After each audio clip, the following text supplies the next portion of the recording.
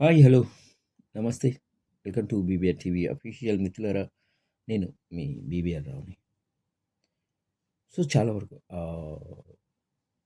ఆంధ్రప్రదేశ్ ఎన్నికల ముందు నుంచి ఈ రోజు వరకు కూడా కొన్ని చోట్ల కొన్ని సభల్లో నాయకులు ఆ, మా తల్లిని దూషించారు వైసీపీ వాళ్ళు అని పదే పదే పదే కొన్ని వందల సార్లు, కొన్ని వేల సార్లు, కొన్ని లక్షల సార్లు చెప్పి ఉంటారు.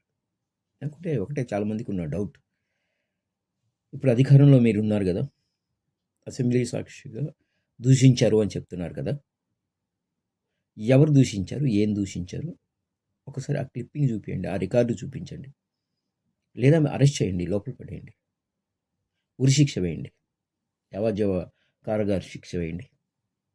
దూషించారు దూషించారు అవమానపరిచారని కొన్ని లక్షల సార్లు చెప్తున్నారు, కానీ ఎవరు, ఎక్కడ, ఏమిటి చూపించండి.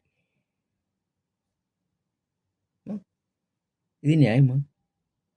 ఆ శ్రీమూర్తిని అడ్డు పెట్టుకొని ఆ శ్రీమూర్తిని బదాలకు తేవడం న్యాయమా?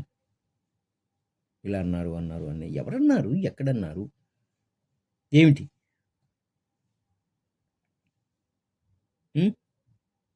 మీ పార్టీ వాళ్ళు ఎదుటి పార్టీలో ఉన్న అమ్మాయిల్ని పంది, గుడ్డలి, ఇంకా ఎన్నో నీచమైన మాట్లాడినప్పుడు మీకు తెలీదా?